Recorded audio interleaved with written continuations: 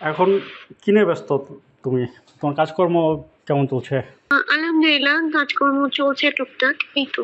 অনেক দিন হচ্ছে তোমাকে মিডিয়ায় কাজ করতে দেখা যাচ্ছে না, না মডেলিং, না নাটক, না সিনেমা, কোথাও নাই তুমি, কারণ কি? আচ্ছা, সিনেমায় নাই। সিনেমা রিলিজ তো হলো এবছর ফেব্রুয়ারিতে, যদিও আগের সিনেমা কিন্তু রিলিজ হয়েছে।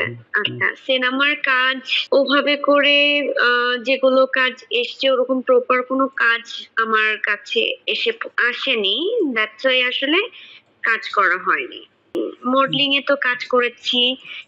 এখন যেহেতু হচ্ছে প্ল্যাটফর্ম গুলো চেঞ্জ হয়ে গেছে, তো রিলস, ভিডিওস এ ধরনের কিছু হাউসের ঈদের আগে মানে কাজগুলো এখন এমনিতেও খুব কম হয়, এবং কাজগুলো ভ্যারাইটি অফ ওয়েতে কাজ করে থাকেন। তো সেই জায়গা থেকে আহ, অল্প কিছু কাজ করেছি। দুটো ঈদ গেছে, ঈদে আমি ফটোশুট প্লাস হচ্ছে ভিডিও রিলস, এগুলো যেগুলো এখন করে থাকে সেগুলোতে কাজ করেছি। যদি প্রোফাইলটা একটু চেক করেন, আমি ততটা আপডেট দেওয়া হয় না, তারপরও চেষ্টা করি কিছুটা। প্রোফাইল অ্যান্ড পেজ, অনেক সময় পেজে দেওয়া হয়, অনেক সময় প্রোফাইলে দেওয়া হয়, মানে দিয়ে থাকি আর কি। তো সেক্ষেত্রে একটু ফলো করলে দেখবেন যে কাজ করেছি।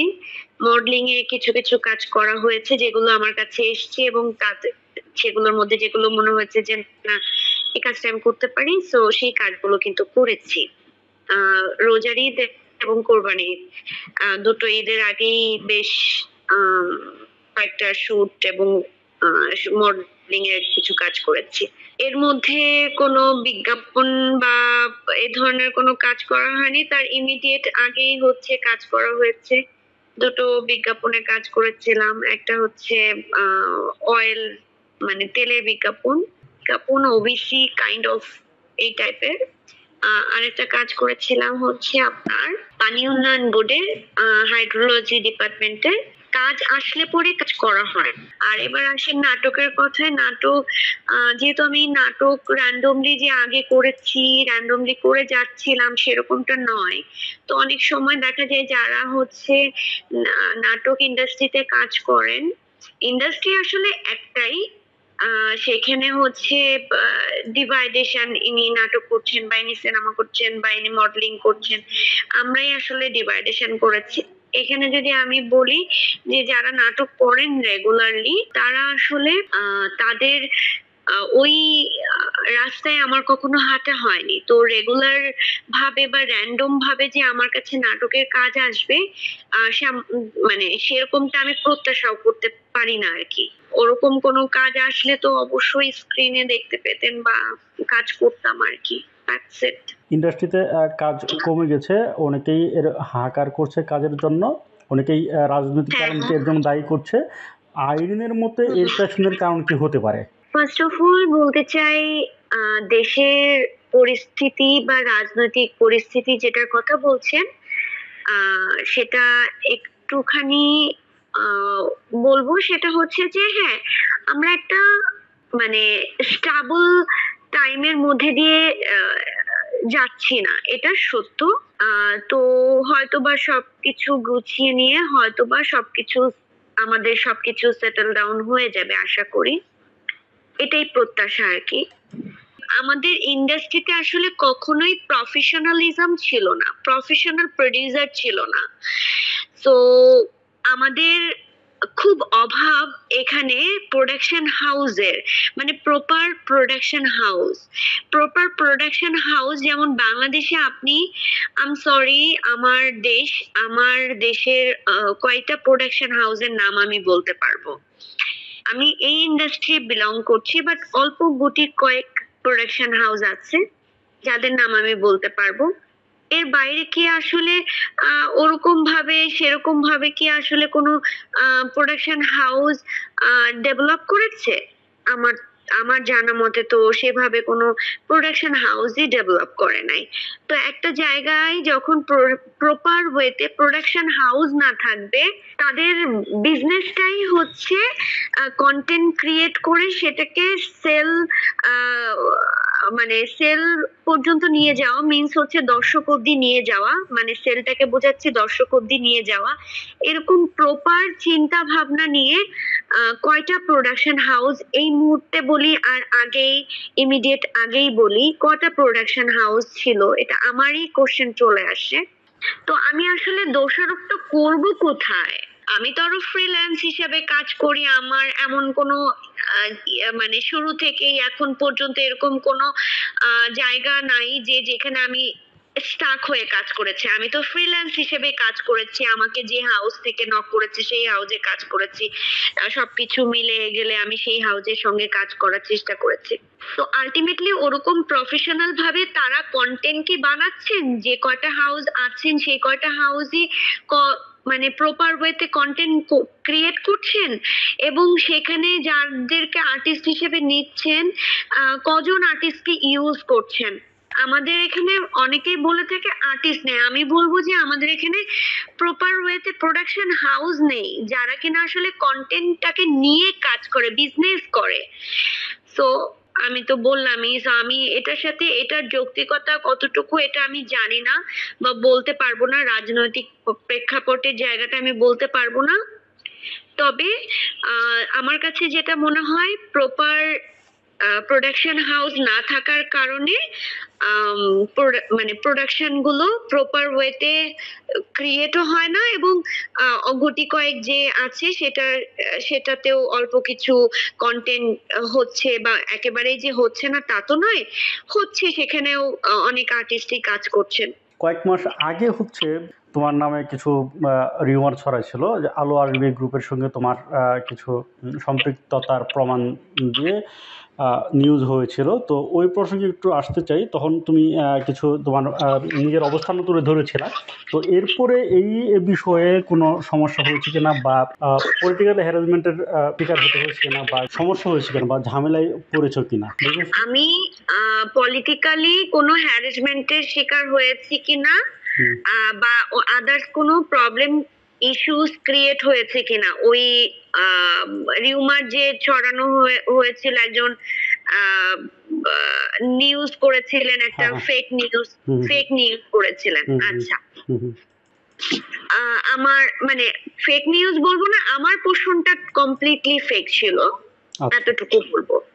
আচ্ছা, সেটা আমি আমার জায়গা থেকে আমার অবস্থান ক্লিয়ার করেছিলাম সোশ্যাল মিডিয়াতে, এবং সেখান থেকে আমার কোনো প্রকার পলিটিক্যাল কোনো ইস্যুস বা কোনো প্রেশার আমার উপরে আসেনি, কোনো রকম কোনো প্রবলেমের বা কোনো হেনস্থার আমি শিকার হয়নি। তবে যেটা হয়েছে যে একটা মানুষের তো একটা পার্সোনাল ব্যক্তিগত জায়গা থাকে, সেখানটাতে দেখা যাচ্ছে এরকম কয়েকটা নিউজ, মানে কয়েকটা না সরি একটা নিউজ হওয়াতে দেখা গেছে যে আমার তো একটা অবস্থান মানে আনুষাঙ্গিক অবস্থানের জায়গাটাও বাদ দিয়ে যদি আমি আমার পার্সোনাল লাইফস্টাইলের একটা অবস্থান বুঝাই, সেখানেও তো আমার একটা সম্মান বা আমার একটা রেসপেক্টের জায়গা অবশ্যই আছে। তো সেই জায়গা থেকে মানুষ একটু কনফিউশনে ফেলে দেওয়া মানুষজনকে যে এরকম একটা নিউজ, মানে ইয়েলো জার্নালিজম, যেটা আমি একদমই অপছন্দ করি, এবং সেটা হচ্ছে সেটার এগেনস্টে আমি অবশ্যই সোচ্চার ছিলাম বা হয়েছি। কিন্তু এই যে সেলফ রেসপেক্টের একটা বিষয় থেকে যায়, মানে রেসপেক্টের একটা বিষয় থেকে যায় যেটাতে আসলে ক্ষুণ্ণ হয়েছে, এটা একটা বিষয়। এরকম একটা নিউজ একেবারে অপ্রত্যাশিত ছিল আমার লাইফে। যেহেতু পার্সোনাল একটা ইমেজ থাকে, সেই ইমেজে একটু হলেও তো একটা মানুষ দুটোবার আমাকে আস্ক করেছে যে কি হয়েছে, তো এটা একটু খারাপ লাগার একটা বিষয় থাকে, দ্যাটস ইট, এর বাইরে আর কোনো প্রবলেম হয়নি। সুখবর কইব, মানে বিয়ে শাদী নিয়ে কি চিন্তা ভাবনা করতেছো? বিয়ে শাদী নিয়ে চিন্তা ভাবনা বললে বিয়ে, জন্ম মৃত্যু, বিয়ে আসলে সৃষ্টিকর্তা যেভাবে রিটেন ডাউন করে রেখেছেন, এটার বাইরে গিয়ে আসলে আমি কিছুই করতে পারবো না। সো বিয়েও হচ্ছে সৃষ্টিকর্তার উপরেই কাইন্ড অফ অনেকখানি নির্ভর করছে। সৃষ্টিকর্তা যখন, আল্লাহ যখন চাইবেন ইনশাআল্লাহ বিয়ে হয়ে যাবে, সবাই জানবেন। আর আমি বিয়ে করে কখনোই লুকিয়ে রাখবো না, এরকম মন মানসিকতা আমার নেই, আগেও কখনো ছিল না। এরকম গুড নিউজ আসলে তো অবশ্যই আপনারাই আমার সেকেন্ড ফ্যামিলি, তো সবাইকেই জানাবো। আমার মিডিয়াটা আমার সেকেন্ড ফ্যামিলি, তো অবশ্যই আমি সকলকে জানাবো। পছন্দের কেউ আছে নাকি খুঁজতে হবে আমাদেরকে? খুঁজতে হবে। খুঁজতে হবে। আচ্ছা, খুঁজতে হবে। যদি খুঁজতে হয় তাহলে সেক্ষেত্রে কি ধরনের পাত্র আমরা খুঁজবো? তুমি কেমন পাত্র চাও? আসলে পাত্র তো আসলে কোনো প্রোডাক্ট না। হুম। তো যে এরকম এরকম প্রোডাক্ট চাই, এরকম এরকম ক্রাইটেরিয়া বলে দিব, সেরকম ভাবে চলে আসবে পণ্যটা রেডি হয়ে, এটা তো আসলে বলা যায় না। হুম। আর তারপরেও যেটা বলবো যে একটা মানুষের সঙ্গে একটা মানুষের কখন মনস্তাত্ত্বিক ভাবে একটা মানে পছন্দ বা মানে পছন্দ তৈরি হবে, বা তার সঙ্গে আমার মনের একটা আদান প্রদান হবে, বা যেটা যাই বলি না কেন সেটা ওইভাবে করে বলাটা খুবই মুশকিল। যে এভাবে ভাবে হবে বা এটা এটা হবে, এটা খুবই মুশকিল বলা। তবে হ্যাঁ, অবশ্যই চাই যে পার্টনার হবে, সে আমাকে বুঝবে, আমার আমাকে সাপোর্ট করবে। খুবই লিবারেল একটা মানুষ আমার লাইফে চাই। জুলাইয়ের গণ অভ্যুত্থানের হচ্ছে 1 বছর পূর্ণ হলো। যদিও এর আগেও কথায় আসছে তোমার বিরুদ্ধে কিছু জুলাইয়ের বিরুদ্ধে অবস্থান নিয়ে সেরকম অভিযোগ ছিল। তো সেই অভিযোগ নিয়েও তুমি কথা বলেছ। তো আমি এখন হ্যাঁ। জানতে চাই যে এই যে একটা বছর গেল গণ অভ্যুত্থানের, এটা আসলে আগেই ভালো ছিলাম নাকি এখনকার এই সময়টাই ভালো যাচ্ছে, বা এই 1 বছরে যদি মূল্যায়ন জানতে চাই তোমার কাছে, সেটা আসলে কেমন হবে, বা তোমার অবস্থানটা জুলাই নিয়ে, গণ অভ্যুত্থান নিয়ে তোমার স্পষ্ট অবস্থানটা কি? আচ্ছা, প্রথমত জুলাই নিয়ে অবস্থানটা আমি খুব ক্লিয়ারলি বলতে চাই, সেটা হচ্ছে আগে বা পরে আমি আসলে রাজনৈতিক কোনো মত বিতর্ক বা মত বিনিময়ের জায়গায় যেতে চাই না। প্রথমত হুম। আমি কখনোই পলিটিক্স এর সঙ্গে ইনভলভ ছিলাম না, আগেও না, পরেও না। জুলাইয়ের সময় গত বছর যেটা হয়েছে, যেটা অমানবিক মনে হয়েছে, যে অনেক স্টুডেন্ট যারা শহীদ হয়েছেন, আহ, তাদের যে ওই সময় যে সিচুয়েশনটা, সেটা আসলে বলবো এটা খুবই মর্মান্তিক একটা হিস্ট্রি। তো সেই জায়গাটা দেখে যখন খারাপ লেগেছে, তখন আমি আমার পক্ষে যতটুকু সম্ভব ছিল আমি সে ব্যাপারে স্ট্যান্ড করেছি, আমি দাঁড়িয়েছি। আমার পক্ষে যতটুকু বলা পসিবল ছিল আমি ততটুকু বলেছি যে নৃশংসতা চাই না আমরা। আমরা আমাদের দেশটাকে সুন্দর একটা দেশ হিসেবে পেতে চাই, যেখানে কিনা সকলেই থাকবো, ধর্ম বর্ণ নির্বিশেষে সকলে আমরা একসাথে। আমার দেশটা তো আমার, তো দেশপ্রেমের জায়গা থেকে আমি আমার অতটুকু অবস্থান ক্লিয়ার করেছি। এটা আসলে অবর্ণনীয় যে ওই সময় যারা প্রাণ দিয়েছেন, যাদেরকে নৃশংসভাবে মারা হয়েছে, সেটা আসলে যতটুকু দেখেছি বা জেনেছি, সেই জায়গায় আসলে মনে হয়েছে যে না, আমার স্ট্যান্ড করা উচিত। সেই জায়গা থেকে ততটুকু আমি স্ট্যান্ড করেছি। এর বাইরে আসলে আমি মানে পলিটিক্যাল ভাবে কোনো কিছুই বলতে চাই না, না আগেও না পরেও। বাট এতটুকু চাই, আমার দেশ ভালো থাকলে আমি ভালো থাকবো, আমার আশেপাশের সকল মানুষ ভালো থাকবে। সো আমি খুব পজিটিভ মাইন্ডের একটা মানুষ, এবং চেষ্টা করি পজিটিভ ভাইবটা যেন আরো আমার আশেপাশে যে মানুষগুলো আছে তাদের মধ্যেও আমি স্প্রেড আউট করতে পারি। ঠিক আছে, অসংখ্য ধন্যবাদ তোমাকে সময় দেওয়ার জন্য।